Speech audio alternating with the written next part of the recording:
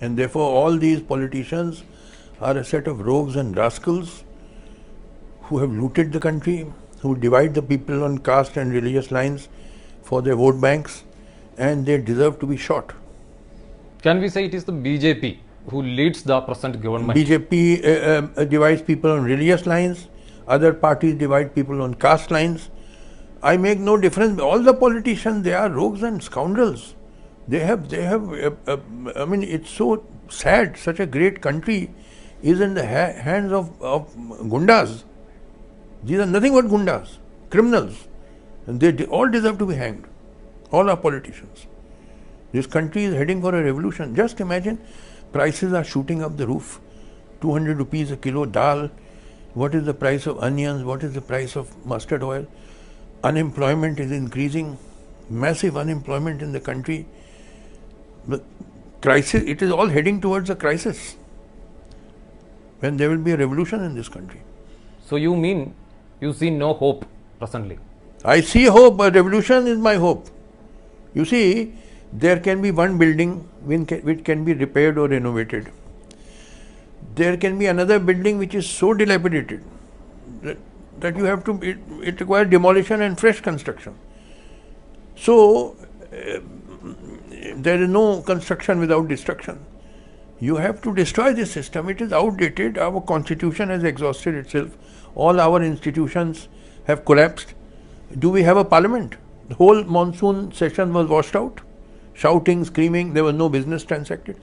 I am sure that is going to happen in the winter session and thereafter in the budget session. Parliament is finished. It will never work now. Whoever is in opposition will not allow the parliament to function. When BJP was in opposition, they did not allow parliament to function. Now, Congress and others are now, they will not allow it to.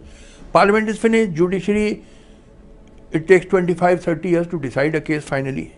Is this a judiciary or a joke? And half of the judiciary has become corrupt. I know, I was part of the system. Bureaucracy is largely corrupt. Everything has collapsed in this country. Now then, it is all a empty shell, hollow.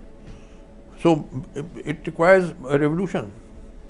By revolution, you mean revolution in real meaning or some change in the system? Yes, change. Real meaning is complete change. We have to have a just social order where the standard of living of the people is rising. You see, the test of every system is one and only one. Is the standard of living of the masses rising in that system or not? Whether you call it capitalism or socialism or communism or any ism, the test is only one, is the standard of living of the masses rising or not? So, we have to create a system in which the standard of living of the masses keeps rising. That can only come by a revolution.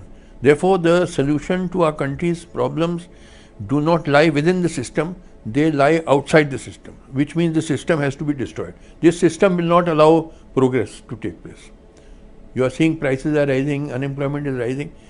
All this talk of Vikas has proved to be hollow. Where is the development? So it was all a fraud. You said about corruption. Also, we discussed about communalism. What is more dangerous? See, both are dangerous and they are complementary to each other. This is a country of great diversity. So many religions, so many castes, so many languages, so many ethnic groups. So the only way to keep united and progress is secularism and giving equal respect to everybody. So communalism is an enemy of this nation. All those who are communal are traitors to this nation, enemies. And similarly, casteism is also an enemy to the nation. Corruption is also an enemy to the nation. At every level there is corruption in this country. So very tough measures have to be taken, which is not possible within the system.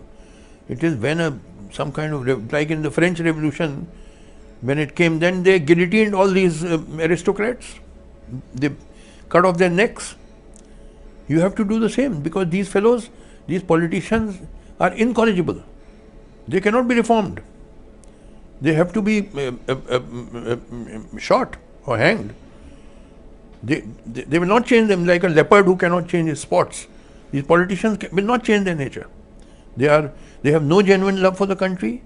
They only want their vote banks, for which they spread hatred, polarize people. So are they not enemies of the country who divide people and make people fight with each other?